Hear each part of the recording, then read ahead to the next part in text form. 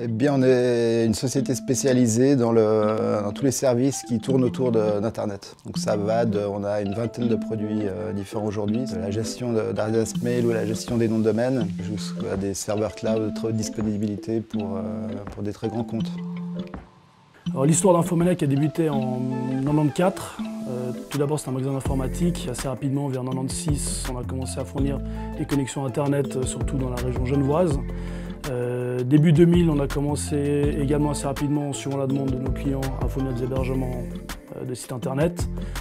On a beaucoup évolué là-dessus pendant quelques années. Et puis, depuis 2018-2019, on fait vraiment maintenant du service en ligne. Infomaniac se démarque de ses concurrents par son côté Swiss-made. On développe tout nous-mêmes, on développe tout en Suisse. On a un acteur de l'emploi local, on est aussi très actif écologiquement.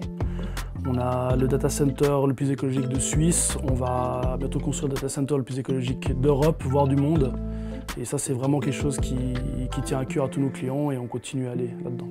En fait, on développe quasiment de A à Z nos produits. C'est nous qui concevons nos data centers et le prochain data center qui va être mis en service en 2024, on va pouvoir valoriser 2 fois l'énergie. Donc une première fois, les 1 MW de puissance vont servir pour du calcul et une deuxième fois, ce mégawatt va être valorisé en eau chaude pour chauffer un quartier à Genève avec la collaboration des SIG. Donc Infomaniac a à cœur de proposer des alternatives aux GAFA pour les entreprises suisses notamment. Actuellement, les entreprises suisses sont trop dépendantes des sociétés américaines pour leurs secrets et on tient vraiment à leur proposer une alternative en toute sécurité. C'est un projet qui est plein d'avenir pour la Suisse et voire l'Europe, c'est ce qu'on vise aujourd'hui. Nous avons sélectionné en fait l'entreprise Infomaniac pour plusieurs raisons. Il y a 3 raisons principales. La première, c'est cette capacité à se transformer au fil des années. L'entreprise a changé de stratégie, a évolué de façon assez impressionnante au cours de nombreuses années.